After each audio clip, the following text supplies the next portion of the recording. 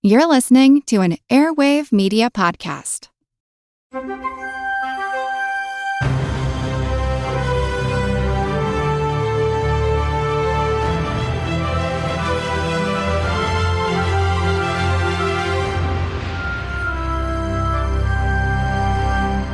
Welcome to Unbiased Science, where we bring scientific method to the madness. I'm your host and public health scientist, Dr. Jess. And today is something of a special episode. I don't even know where to begin, really. But you know what? Let me not even give the background just yet. I want to introduce today's guest. So today's guest, let me read the bio here. Hang on. Dr. Sarah Ballantyne, who, if it's okay, moving forward, I'll call Sarah.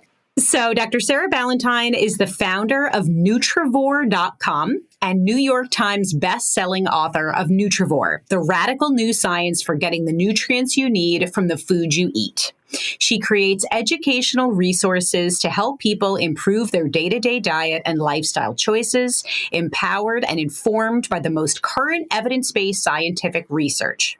With Nutrivore, Dr. Sarah has created a positive and inclusive approach to dietary guidance based in science and devoid of dogma, using nutrient density and sufficiency as its basic principles. Nourishment, not judgment. Sarah, thank you so much for joining today. Thank you so much for having me. And also allow me to start by expressing my gratitude to you for looking at my current work, for taking that time to dig into it and judging it based on its quality and scientific rigor, rather than the circuitous path I took to get here, which I know we're going to talk about today. But I really appreciate the opportunity to address some of the disinformation that has been spread about me lately, and also talk about Nutrivore and what I'm building. Thank you for saying that. And honestly, it's something of an emotional episode. Like I honestly, I'm feeling, it's not anxiety. I don't know how to really articulate it, but maybe we could give a little bit of a history, because there are probably some folks listening right now who are like, what's going on? They're really setting the stage here for something. So you might have heard Sarah's name mentioned on this podcast. I don't know if it was about a year or two at this point. And it actually wasn't in a positive light, or, it wasn't we weren't exactly praising Sarah. And we were being critical of Sarah, who was previously known as the Paleo mom, and was associated with the AIP, the autoimmune protocol diet. I'm sure it's no secret that we've been critical of diets previously. There's a lot of oversimplification of things. Certain diets are structured in a way where they really vilify certain foods. It leads to a lot of shaming and guilt, potentially disordered eating, food anxiety, and all kinds of bad stuff. But then recently, I saw some content, and I swear, I didn't even put two and two together with the name. And it was just really fantastic content on ultra-processed foods. And that's something that I've covered previously on the podcast and in recent posts, basically saying that, ultra-processed foods in and of themselves should not be demonized. Every now and then we can eat some ultra-processed foods. It's more about our patterns, the dietary patterns and the amount of our diet that comprises these ultra-processed foods, right?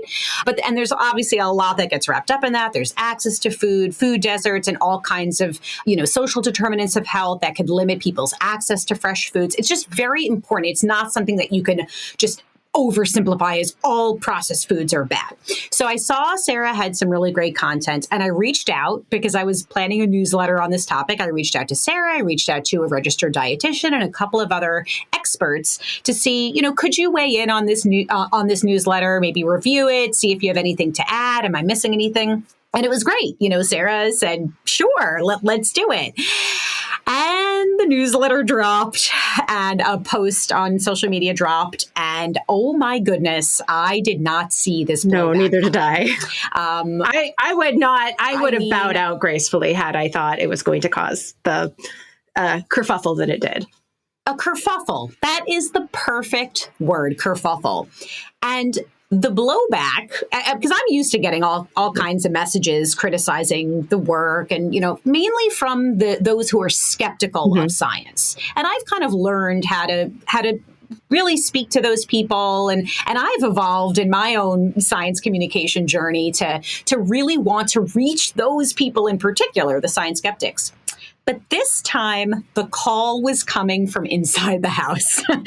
And this blowback, pushback, kerfuffle, it was coming from the science community. And they were saying, basically, how dare you platform someone who peddles misinformation? And this was a theme. I mean, there was so much of it. Not that I care about numbers, but I actually lost a ton of followers as a result. I know, Sarah, yeah, we'll talk about that in a little bit. Sarah, I know you were being personally attacked. And honestly, I think that's what really pissed me off, frankly, is don't come for someone who just gracefully, accepted this partnership opportunity, this collaboration. It really bothered me. And Sarah, I have to commend you for handling the whole situation very gracefully. And we went back and forth. I'm just going to let people know a little bit in the background. It's like, how do we deal with this? We talked about Sarah possibly coming on the pod and having a conversation. And at first we were like, oh, but will that, fan the flames and create more of a problem? But we came to this decision that no, let's talk about this. Let's attack the situation head on. And really the intent with this podcast is not to stir up any more drama. I really am very impressed with Sarah. And Sarah is going to share the 180 that she's made. And Sarah has very openly and honestly accepted the fact that she maybe previously was putting out misinformation unknowingly, which we're going to talk about, but has come to this, I don't even know, this transformation. And I looking at your content, Sarah, I mean, you've really leaned into the science and evidence. And I don't think that anyone should be written off completely based on things that they've done in their past, especially if they've accepted accountability, have learned from it, and of course corrected. All right, Sarah, maybe we can just set the stage a little bit. Let's really get into the thick of it, actually. So you were previously, as I said, associated with the AIP Diet. Can you tell us about your journey, how your stance on nutrition has changed so dramatically, the things that you got wrong, and then also maybe in that story, can you share a little bit about how you came to be known as the Paleo Mom and why you're no longer known as the Paleo Mom? Yeah, I think there's nested layers to that question, right? I think the most important place to start is to say that by the time you did your podcast episode criticizing the autoimmune protocol, I would have agreed with most of those critiques. I was already building Nutrivore. I was already no longer the leader of the autoimmune protocol community. And I had spent years trying to create content to course correct within that community and address those very common pitfalls. Things that I realize now were a combination of being wrong about things. I certainly bought into a lot of the most prevalent misinformation in the wellness community, including really buying into the logical fallacies in terms of how restrictions are rationalized within those communities. But I realized in my efforts to try to bring people back from such a restrictive, fear-based implementation of what was initially intended to have 5 pillars. Right? The AIP was supposed to be sleep, stress management, activity, nutrient density, and then elimination and challenge, the idea of identifying your own trigger foods. And I would certainly, there are definitely some flaws in what were eliminated, but I lost control over the communication, the messaging, and the AIP got distilled and simplified to half of the pillar, to just this very, very restrictive diet. Not everyone, but that became a really big challenge in that community. And I realized that as I was losing my ability to steer this ship, and also other work that I was doing was sort of making me realize how many things that I had gotten wrong, and really made me want to go back to the drawing board and just relearn everything I thought I knew about nutrition. That was a years-long process. I decided the best thing I can do here is create something new, is to move into a nutrients-focused approach, which is what Nutrivore is, but that kind of lives in that world between diet and anti-diet. There's no food off the table. I get the opportunity to look at my communication missteps and learn from them and communicate the value of a high-quality diet outside of dietary restriction in a way that can serve that community that I care so deeply about. I have, depending on whether or not you want to count fibromyalgia, suspected autoimmune. Some people don't believe it's an autoimmune disease. 3 or 4 autoimmune conditions myself. I am creating Nutrivore not just to help those people who are afraid of food to be open to information that challenges their core beliefs and hopefully feel comfortable expanding their diets and getting beyond that food fear and that restriction, but also all the similar fear-based, unnecessarily restrictive diets that are popular in the wellness community. And Nutrivore gets to be a bridge for those people, in addition to laying out a very accessible, affordable way to improve diet quality for people who are, feel like a healthy diet is not something that is attainable for them, when absolutely we can make changes to improve that. All right. So Sarah, I know you have a PhD. Can you tell us what your PhD is in and maybe a little bit about the research that you've done? Yeah, I would love to. So I have a PhD in medical biophysics. I have to admit, I was kind of drawn to that department because it was all the words smushed together.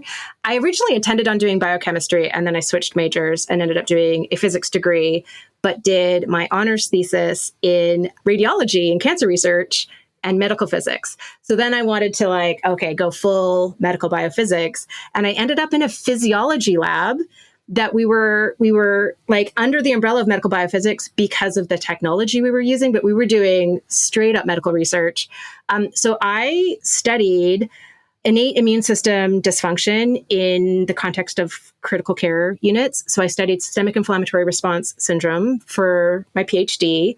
And we were using this really cool technology to measure microcirculatory changes due to immune cells basically damaging the endothelial lining. And then we were manipulating with adenovirus-based gene therapy, manipulating endogenous protective enzymes to see if we could increase their expression to help reduce that inflammation. And then I transitioned from that in my first postdoc, staying in critical care, to acute respiratory distress syndrome. It's just all the same stuff happening, just another organ system, and changed the enzymes that we were manipulating. And then we got to do cell-based gene therapy, which is even cooler than viral-based gene therapy, to manipulate the exposure. I got a paper in Blue Journal out of that research. I was very, very pleased. But part of the transition into physiology was I basically had to teach myself an entire bachelor's degree worth of biology and physiology in order to be able to do the research that I was doing, pass my comprehensives, right, pass my defense. And then I did it all again. So then for my second postdoctoral research fellowship, I switched into cell biology and characterized a tumor suppressor gene involved in colon and breast cancer, and learned basic cell and molecular biology, and was in a cell trafficking lab. They're not trafficking cells. That sounds like they're trying to mix them across the border. It studies how cells move things from one part of the cell to the other and control what goes where, is basically the goal of that. So we were studying this protein that was important for shuttling proteins to the tight junctions and how they impacted tight junction formation, called endotubin 1. Okay, you said a lot of things, and I'm not going to lie that I understood maybe 2% of them, but it's very impressive. And I just want to clarify, you did 2 postdocs? I did 2 postdoctoral research fellowships before I had to take a break. And my first daughter was born in the middle of my first postdoc. And so for a while, I was trying to work part-time. My research was advanced enough that I could get a lot done with just a few hours in the lab each day. Cells are much easier to work with than other models. But yeah, it was sort of like about a year in, especially when I realized that was when I had gestational diabetes in my first pregnancy. So that's when it became pre-diabetes. I probably was borderline diabetic, but I did the thing that I never recommend anyone do, which was not to tell my doctor. Don't do that. That's very bad. But oh my gosh. I had so much shame. I think that's one of the challenges with diet preventable disease is you feel like it's your fault. And I was close to 300 pounds, and I was determined to do something about it. And that was kind of my first steps into, basically trying different diets to lose weight and then deal with other health conditions. So I'm curious, I do want to hear a little bit more about Paleo Mom, Mm-hmm. how you became labeled as such. And then can you tell us a little bit more about your aha moment, when it sort of clicked for you, like maybe this is not the best approach to nutrition? So I have a background in medical research, and I left academia in large part because I was very sick. I was close to 300 pounds. I had prediabetes, high blood pressure. I had all of the symptoms of Hashimoto's thyroiditis, but I wasn't diagnosed for another decade. I had eczema, psoriasis, another autoimmune skin condition called lichen planus, chronic joint pain, which was later diagnosed as fibromyalgia. I had irritable bowel syndrome and acid reflux, asthma, frequent migraines. And I really struggled when my first daughter was born to balance early academic careers where you're kind of expected to work 80, 100-hour weeks, and a colicky child who we later found out had sensory processing disorder, which we didn't know at the time, but was an extra layer of challenge with my physical health and my mental health being poor as a direct result of my physical health. And we then moved. I was very socially isolated in a new city because we followed, my husband's also an academic. We followed his job. And all I had in my life was my kids and my symptoms. And I went online one day and basically Googled, egg allergy lichen planus. It was something like that, right? So I think someone had said, oh, sometimes eczema is caused by an egg allergy. And I was like, oh, I wonder if this other, I would get patches in the same area. It kind of felt like the same skin condition. I wonder if it's related. And I landed on Professor Lauren Cordain's original version of the Paleo Diet website. I think that's like 3 versions of his website ago. And he had an article about lectins, which was the major rationalization behind the foods that are avoided on the paleo diet, and lichen planus with 3 scientific citations. And it spoke to my training in medical research. And it sounded very logical. It sounded very reasonable that there's these compounds in these foods that are activating my immune system. And after kind of taking some time I dug in more, I read more, definitely following Professor Cordain's work because I really liked all of these scientific citations. I was going and reading the papers, and it really made sense to me. So I decided, okay, it was August 31st, 2011. I remember the day. I have an anniversary where I started the paleo diet, and I started it. And within 2 weeks, it was the most magical experience. My acid reflux went away. My irritable bowel syndrome went away. I got to stop taking my asthma medications. I got to stop slathering steroids on my skin.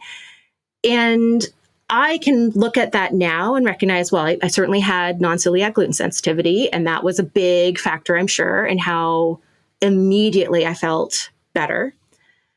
But also, I can look at that and go, well, yeah, there was the foods I was eating that were much more nutritious, a lot more vegetables, a lot more seafood, a lot more like nutrient-dense foods that are likely behind that. But at the time, that experience turned me into a zealot. I was sold on the paleo diet being the solution for everything.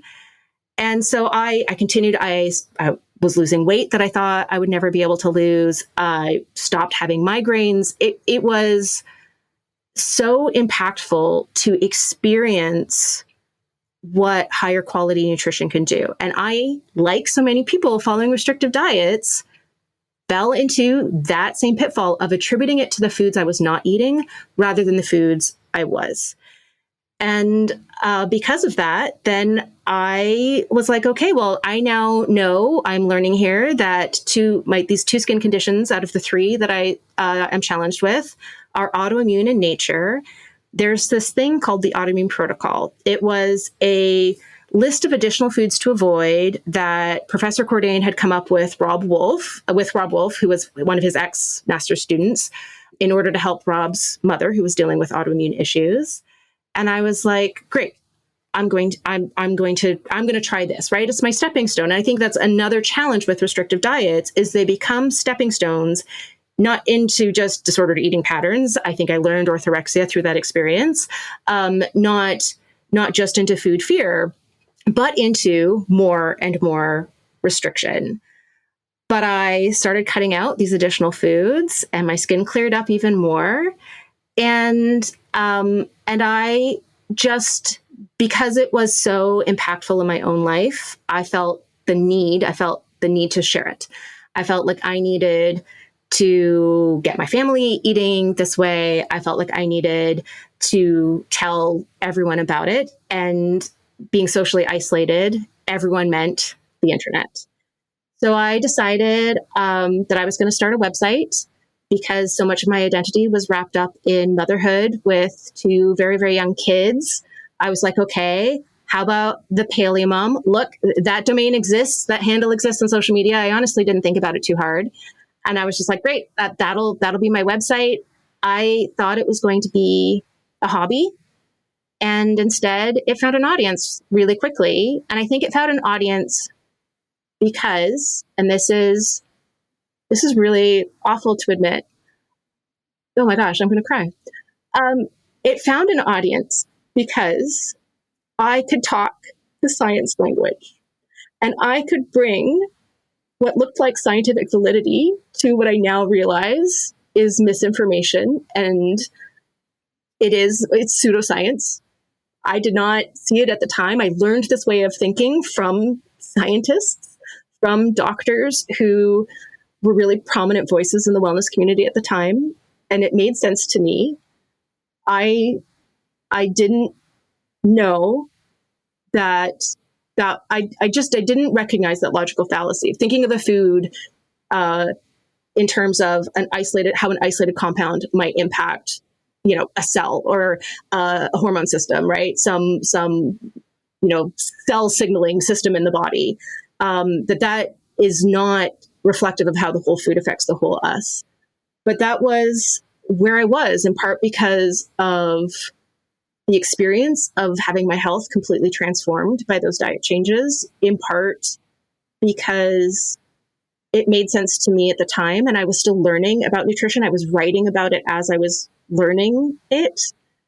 And I built an audience because I was that voice of science that made things make sense scientifically. And there were a lot of things, not everything. I had lots of things right. I wasn't all wrong about everything, but there were a lot of things that I was wrong about in that time. And it's one of the reasons why I feel such a debt to that audience now. So you asked, what was my aha moment? I don't think there was one, but in 2014, my publisher at the time pitched me, hey, can you write a gut health book? Gut health is really trendy right now. And I was like, sure, yeah, gut health is fascinating. I'll go write a gut health book. And I decided, as I was like starting to do some reading and research, right? Like as a science communicator does, right? We do our research, we learn what we can, and then we try to communicate it to the general public. I was like, okay, well, the really interesting thing here is the gut microbiome. Like that's really, when we're talking about gut health, that's actually, I don't want to write about leaky gut. That's not a real thing. I want to write about the gut microbiome. And I spent 6 years, almost 7 years, researching, reading, I don't know, 6,000 papers about the gut microbiome and the many different external factors that influence its composition. And I kept hitting foods that are extraordinarily beneficial for gut microbiome composition. They feed diversity, they feed probiotic species that I was not eating. And I kept hitting them again and again and again. I'm like, I think maybe all of the paleo community is wrong about lentils right here. Like this is so strong. There's so much data to support the benefits of legumes for the gut microbiome. And at the same time, as I sort of mentioned, every time I would say, hey, maybe lentils, actually, it started with green beans. Hey, maybe green beans would be good. I would get pushback. And so I started thinking about rebranding 2015, 2016.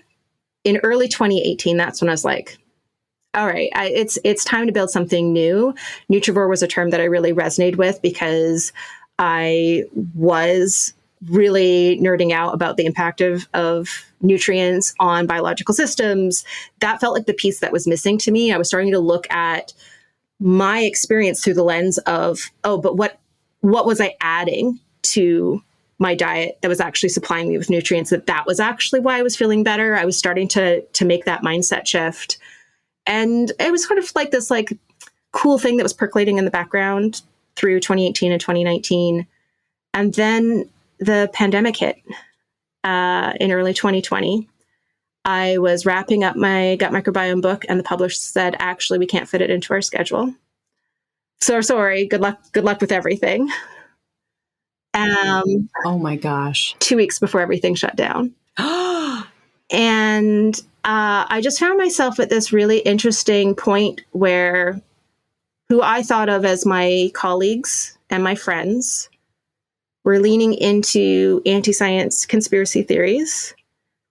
And I had just spent these years researching foods, right? This gut microbiome book was not going to be a paleo book. It was not going to be an AIP book. It was going to be somewhere in, diet neutral. And it was just going to talk about things that impact the composition of the gut microbiome positively. And so I found myself then that year doing, I co-hosted a podcast called The Whole View. And we did at least a dozen episodes on how masks work and, every time there was a new variant, like what do we know about this variant? And then we did a whole series on the mRNA vaccines and how that technology works. And then we did a whole series on the adenovirus vaccine and how that technology works. I actually did adenovirus-based gene therapy in grad school. So I was like, oh, I got this one. I know this.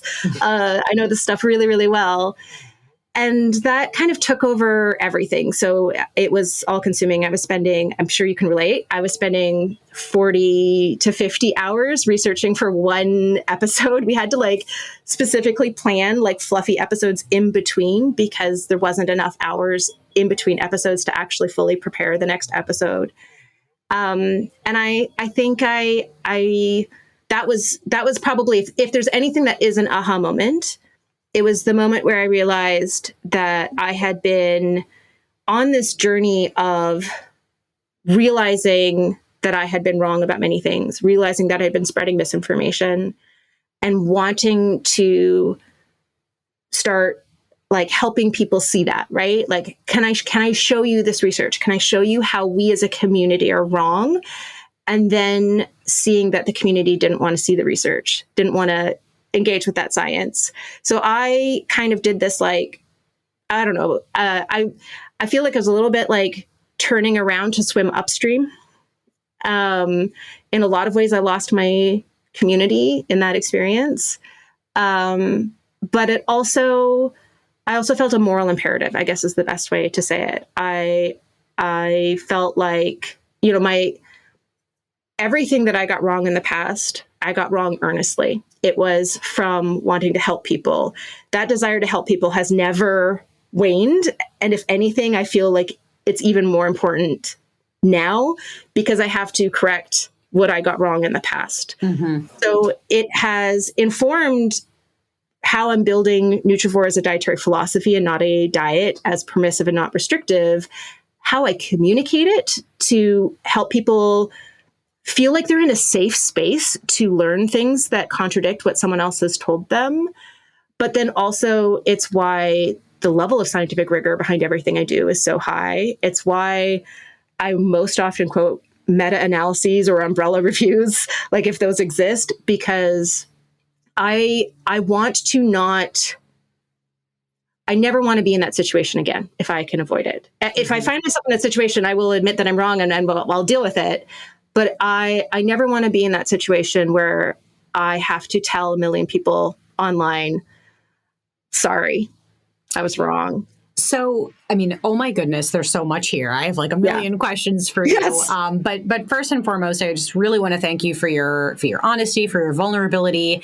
And I think it's clear to me, I know it's clear to me that your intentions were good. And more than that, I think that you were drawn to this because of your own vulnerability, right? These chronic illnesses that you were dealing with. And I could think of, there's one person in my life, a loved one close to me, who was recently about a year ago diagnosed with an autoimmune disease. And it just completely rocked her world. It turned her life upside down. And she was someone, or she is someone who has always kind of naturally gravitated towards sort of what I'd call the fringe, like, homeopathy, naturopathy, some of those things that had a lot to do with her upbringing. And I remember she said to me, and I couldn't believe it, that she was doing the AIP and she was cutting out, it was the big emphasis, it was cutting out like nightshade, vegetable. There was a whole list of things that she had to cut out. And then recently she came to me and she said, oh my gosh, I just like saw the light. And I realized, because she was doing those things and then she was turning away from the conventional medicine and not taking the medication that she really needed. I believe it's a Graves' disease that she was diagnosed with. And, her endocrinologist was strongly recommending a certain regimen of medications, and she was turning it down. And she said, oh my gosh, I just suddenly realized she said, I drank the Kool-Aid and I really like bought into this because I wanted so badly for there to be a solution to what I was experiencing. And she's someone who is skeptical of science and medicine. And if there was a way to manage her new diagnosis without turning to those things, she really wanted to. But unfortunately, her medical situation got worse. And she realized that the AIP was not helping her. And she instead took the medications and is now doing really well. But I'm also thinking about, we did an episode, I guess again, now it's been about a year or two, with a naturopath, Britt Hermes, I think I'm saying her name correctly, who she was a former naturopath. She was hardcore, she had her ND, I forget, naturopathic doctor degree. She was all deep in that world. And then she's completely, like you, done a 180. And now, honestly, her life's mission is dedicated to informing people about the dangers and the harms of naturopathy. And I'm just thinking about that. I mean, there are a lot of parallels here. And I think it's very powerful when you actually can admit, okay, I got it wrong and I've turned it around. And Sarah, I'm thinking about, my goodness, your audience must have really, at least some of them must have really reacted, I don't know how to say, strongly to the shift. Yeah, I think that the majority of my audience has followed me along this journey. And they, in part because my whole, that whole transition played out in public, because I was writing articles the whole time. So you can see the seeds of that transition back in articles that I was writing in 2013, 2014. You can see the efforts that I was making to tell people, medication is not failure. We don't want to issue, conventional medicine. We want to use all of the tools at our disposal. We don't want to be eliminating foods forever. We want to be reintroducing them. We want to be focusing on nutrient density and making sure we're getting a diverse diet, even within this restrictive protocol. We want to be addressing other things, and we want to understand that there are factors that in fact influence our health that are beyond our control. That you can't AIP harder. It's not. That's unfortunately the healthism, that message that really got pulled through AIP in a way that, again, it was not messages that I was putting out, but it was in part because that community developed very grassroots. Mm-hmm. And so there were a lot of different voices in that community. And so it kind of means that there was no central messaging, which is why, again, it could get distilled to this very restrictive, here's all the things you cut out, and just kind of lose that more, for lack of a better term, sort of holistic approach. Mm-hmm. That would then include also, and if your doctor says, here's the medication you need, or whatever, the surgical treatment or whatever other intervention. Right. I think one of the things that for my audience has really resonated is the fact that I have been open and honest through this entire transition. There was never a moment where I was learning and starting to think that I was wrong and that I held that in. Mm-hmm.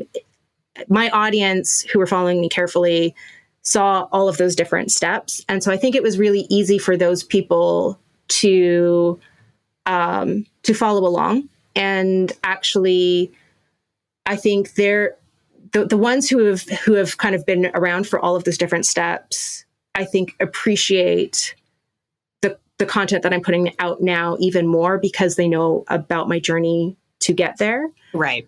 But there was definitely people who felt disenfranchised. There were definitely people who felt like they lost their advocate or their the parasocial relationship where you really feel like, oh, that person gets me even though we've never met. I think they felt like they lost that person.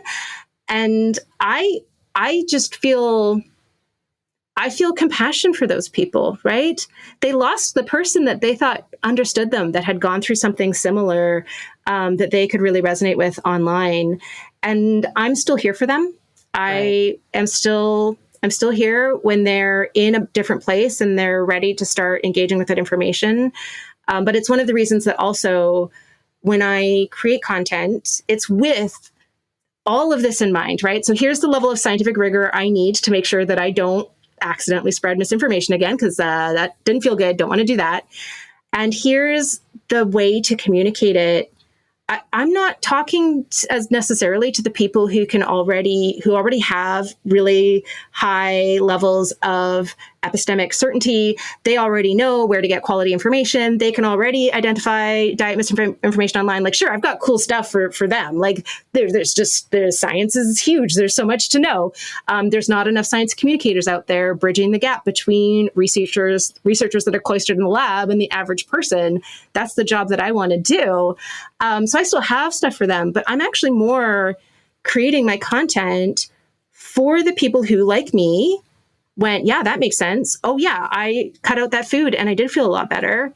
And it's really hard when you've had that experience to dig out of that confirmation bias bubble of safety, where you really only want to engage with information that makes sense with your lived experience. Yep.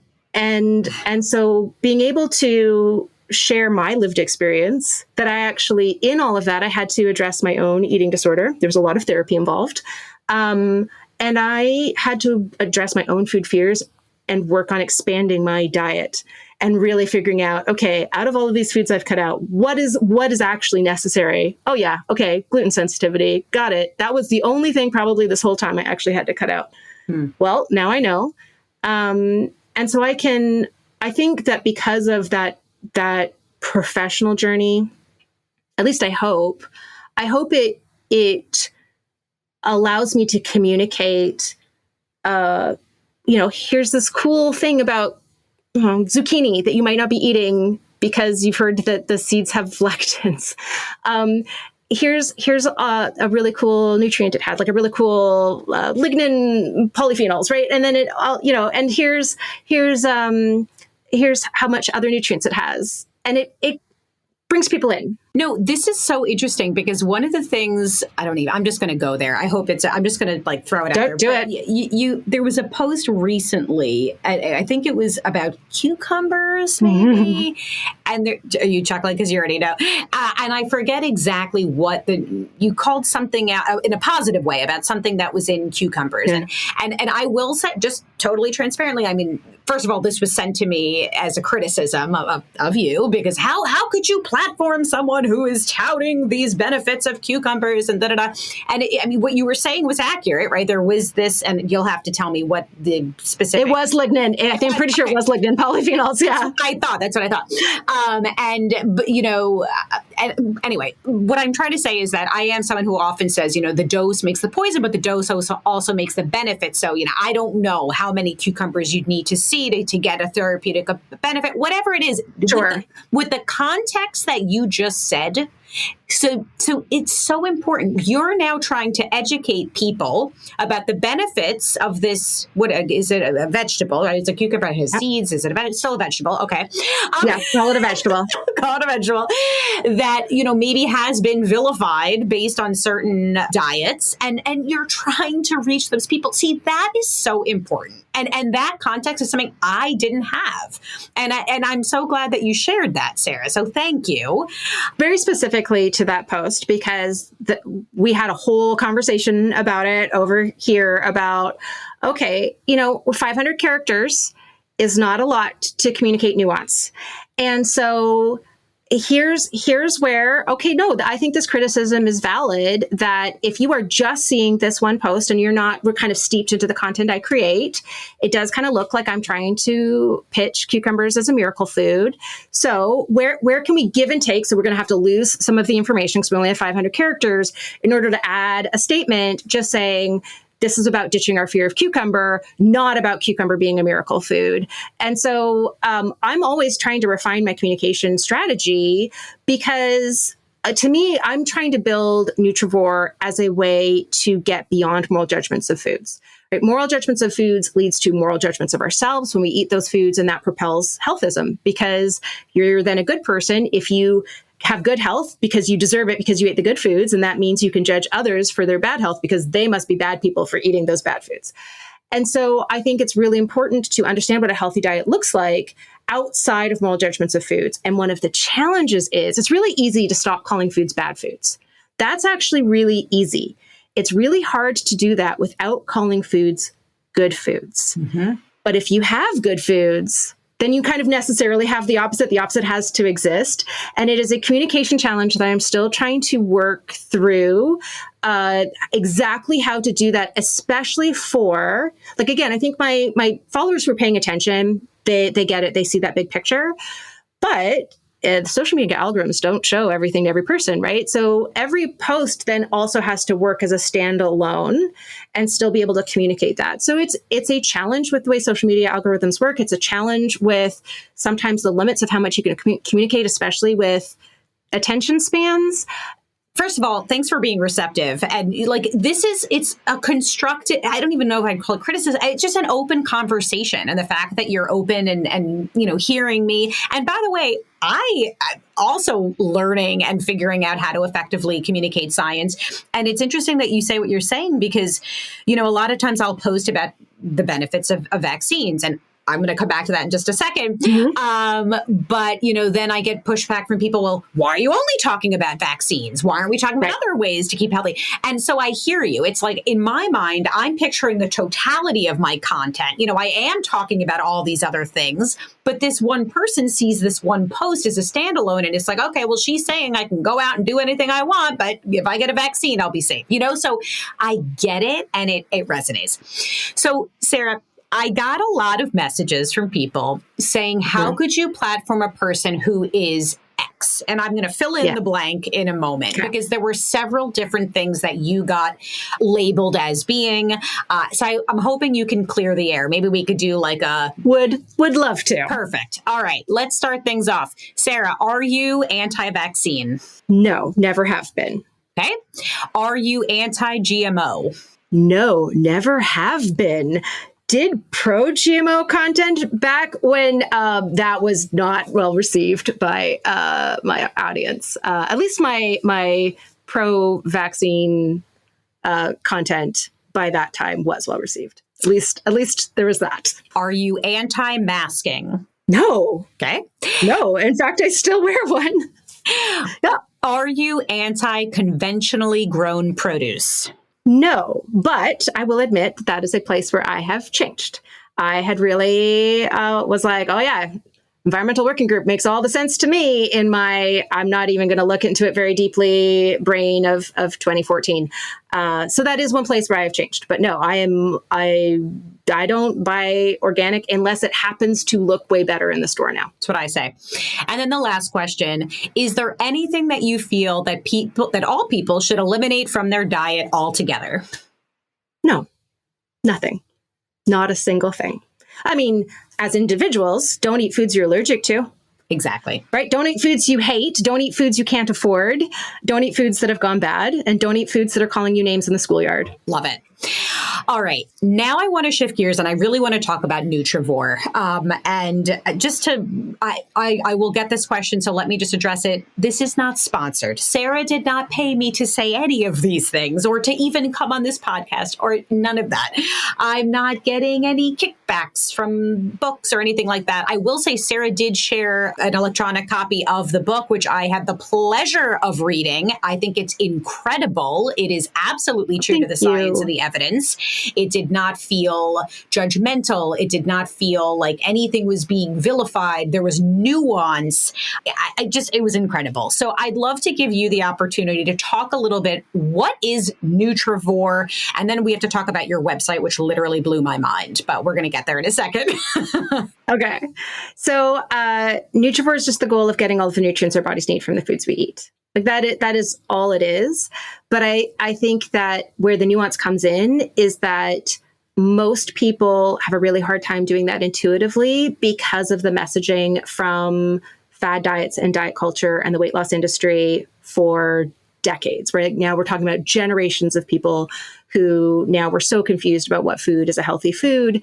So Nutrivore is also about laying that sort of broad general nutritional sciences education that we don't get in school. Like if you think about how much grammar we know by the time we graduate high school, how much math we know. I mean, even if we just took algebra, if we could have that level of base information about what nutrients do in the body and what types of foods have what types of nutrients, I think that would actually really change the landscape. It would make a lot more people less susceptible to diet misinformation.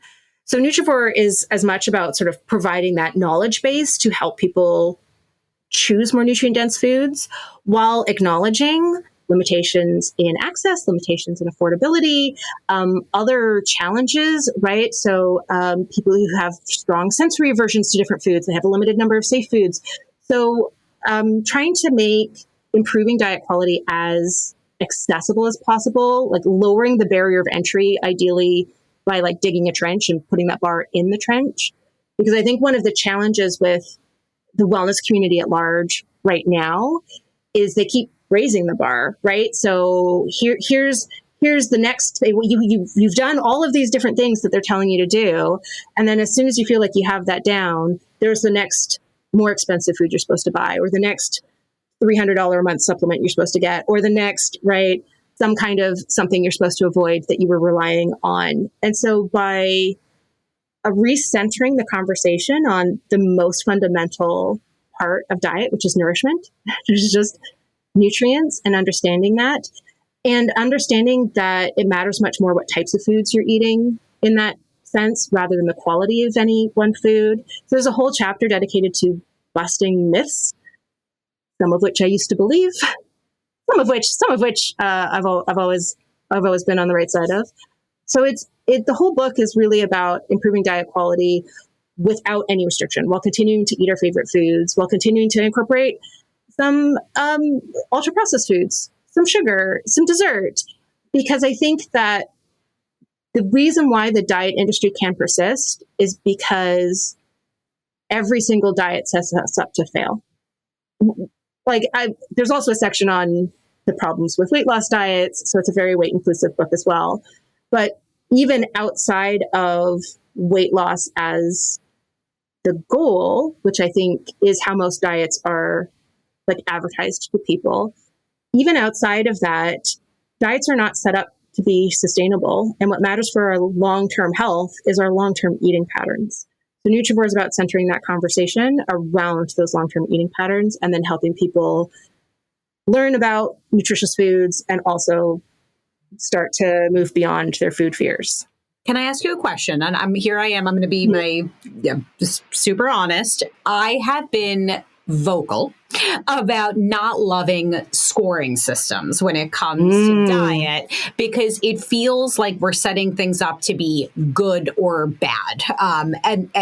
Okay. I'm just going to say one other thing. Just recently I reviewed, there was an app called, I think Yuka app, the Yuka app. And it's the whole thing is it scores foods and it's good or bad. I mean, that's a completely separate story because they do vilify things like, additives and processed foods and non-organic foods. So that's a completely different story. But when I looked at the app, I'm thinking, oh my gosh, here I am. I'm about to dig into my yogurt and it says bad.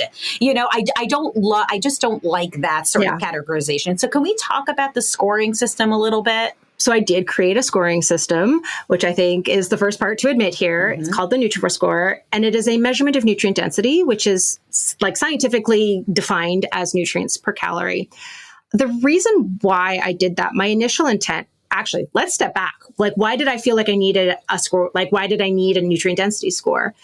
In the wellness community, there's a lot of buzzword talk around nutrient-dense foods without having any objective way to measure that. And it's one of the things that the sort of nutrition world are kind of moving towards as well, at least since the early 2000s, is moving towards objective ways to measure nutrient density so that we have math to rely on. And I felt that if I was building a dietary philosophy that was going to center around nutrient density, it was really important to have a way to objectively say nutrient dense or not nutrient dense. And so I started when I sort of early on in my development of Nutrivore, I started with reading every paper I could get my hands on in the field of nutrient profiling. Spent 3 months. That was all I did. And my initial intention was to figure out what the best nutrient density score was and adopt it. And I realized really quickly why none of those systems have been adopted yet by any institute or agency. And it's because they're not ready. So one of the things that's happening in nutrient profiling right now is a lot of trying to figure out which nutrients to include in a calculation to have a nutrient density score align with dietary guidelines. So okay, if we use these 9 nutrients or these 15 nutrients, which one fits with the healthy eating index better? And I think that's algorithmically the wrong way to go about it. I think it's more important to understand the food and then see how that might inform the next update to dietary guidelines. And so what I did in the absence of a scoring system that I could really get behind was basically the Nutrivore score is algorithmically identical to the Nutrient-Rich Food Index, which is, I think, the most rigorous of those systems. But the Nutrient-Rich Food Index typically uses 9 or 15 nutrients in the calculation, and the Nutrivore score uses 33. So it's basically every nutrient that there was complete enough data that made sense to include in the calculation other than sodium, because we don't need to be rewarding foods for having lots of sodium. And I have used the Nutrivore score in the development of a lot of the practical resources that I create to help people get more nutrients from their diet. And I've created a lot of conversation around the score to hopefully stop people from using it to moralize foods. I say there's no cusp above which a food is good and below which a food is bad. And when you actually look at, I've got the scores calculated for almost 8,000 foods. When you just kind of lay it out on a 227-page spreadsheet, you scan down the scores. There's no line. There's no place where you can say, oh yeah, look, above here, this is good. Below here, it's bad. You can really mathematically, simplistically say that a food with a Nutrivore score above 150 contributes more nutrients than calories to the diet. But there are some really amazing whole foods with lower Nutrivore scores. It's like cheese, the most concentrated food source of calcium, typically averages 140, right? Apples, which are the dominant source of polyphenols in the average diet, most of them are around 130, 140. So I use it as a really fascinating lens through which to view food. And actually, my preferred way to use it is for the redemption arcs for foods. It's for the foods that have the reputation for being nutritionally pointless that actually have valuable nutrition. Like iceberg lettuce is my favorite one to talk about, because it actually has slightly more nutrients per calorie than celery or cucumber or artichoke. It's like a third other lettuce varieties, but let's let it shine. Let's not compare it to other lettuce types. But it's the most accessible type of lettuce. It is the cheapest. It will last the longest in your fridge. It is the one that you'll be able to get in a Dollar General in the middle of nowhere. Mm-hmm. And there are so many people who feel like, oh, it's just crunchy water. It's nutritional equivalent of cardboard. There's no point. And so that is how I like to use the Nutrivore score, is to show the value of a food. But yes, I absolutely agree with you that one of the big communication challenges that I have, and that I have been continuously trying to address for the last couple of years, is to make sure that we are not using this number A as the only way that we're choosing food, because it doesn't tell us what nutrients that food has. It doesn't tell us what nutrients per serving. It's really just a measure of the quality of the calories. Mm-hmm.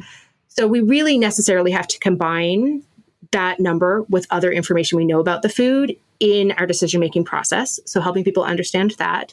And then also being really clear, this doesn't mean a high score is a good food. This doesn't mean a low score is a bad food.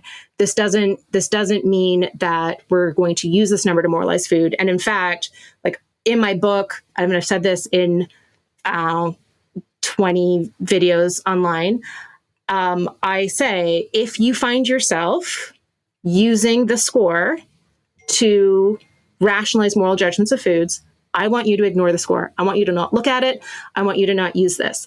Not all tools work for all people. And for those of us who are recovering from disordered eating patterns, it's not necessarily the best thing to exist. But I think, because it's a mathematical formula and it's standardized across all foods, that it's a fascinating lens through which to view food, just not the only lens we want to use. As a math brain, I love that. And that really resonates. I get it. And I think what's become clear to me through your explanation, reading parts of the book, looking very closely at the Nutrivore.com website, is that the score is actually a small piece of the whole picture here and the message that you're conveying. I think it's really quite fantastic. And as I understand it, the what's currently on the Nutrivore.com website is like 5% done, right? You're constantly researching and building it out.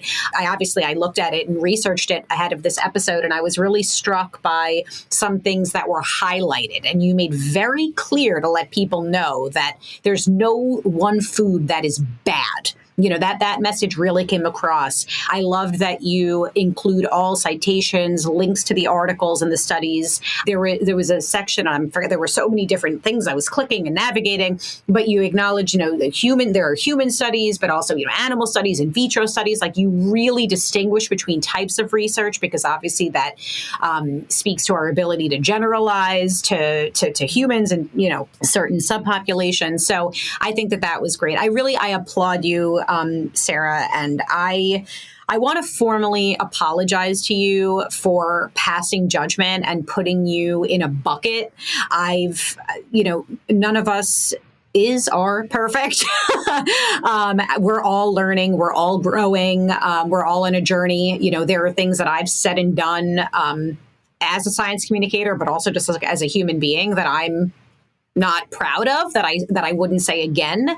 But I think what you're doing is incredible. I think it takes a lot of courage, actually, to again, I've said it multiple times, but to acknowledge things that we've said and done that maybe, were mistakes or misguided. And I commend you. And I'm hoping, is there anything else that you wish people knew or that we haven't covered on this episode? Just want to give you an opportunity to speak your mind. Yeah. I mean, I hope it's clear based on how we sort of talked about my last 12 years of life that my intentions were always to help people. And having been a large voice in the wellness community for a long time, I can say with near certainty that most of the people who are currently spreading misinformation, it is misinformation, not disinformation. They don't know what they're getting wrong, and they are trying to help. They really think that what they're saying is important, and it's an important message for people to hear. There are absolutely grifters. I want, for sure, there are grifters, but the majority of the people right now who are spreading misinformation mean well. And I think that's really important to keep in mind. I think from the outside looking in, it's really hard to know who's a grifter, who's just trying to help.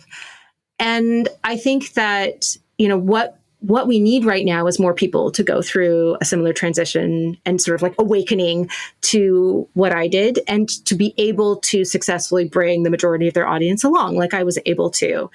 And I think that the way that we do that is by creating a safe space for those influencers and creators, thought leaders, I guess we could throw that bucket out there too, for them to also be uncomfortable in learning information that challenges their core beliefs, to be receptive to that information.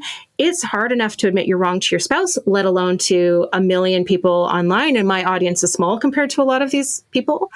And so I think it's really important to be able to support that transition for people. It's very scary when your livelihood is wrapped up in your message and you realize your message is wrong. That's terrifying. Mm-hmm. That's terrifying because that's not just you. Maybe you have employees, that's your family, that's, everyone who is supported by your work. And so I think it's really important to, as science communicators on that side, to support wellness influencers making that transition. And, I won't lie, it was a pretty bumpy road.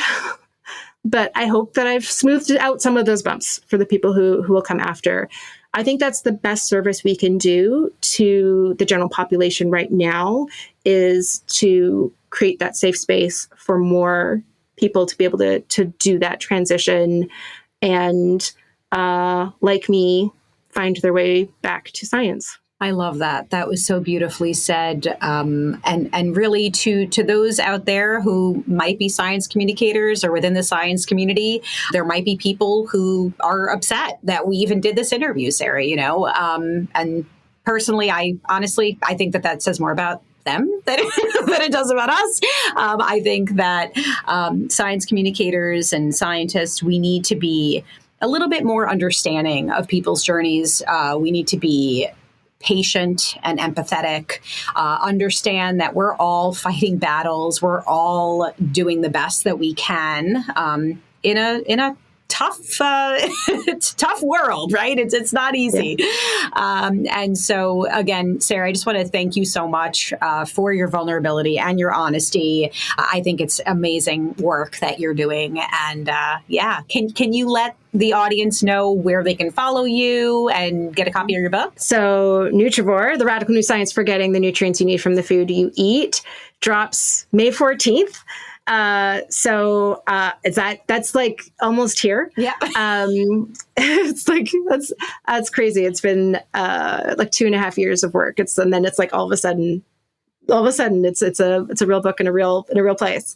And that book lays out the entire like Nutrivore approach to food, again, kind of living somewhere between diet and anti-diet. And it's just really about improving diet quality in whatever ways are the most accessible to you, and kind of making those small iterative changes that add up to making a big difference in terms of long-term health outcomes. And then you can find me at home base is Nutrivore.com.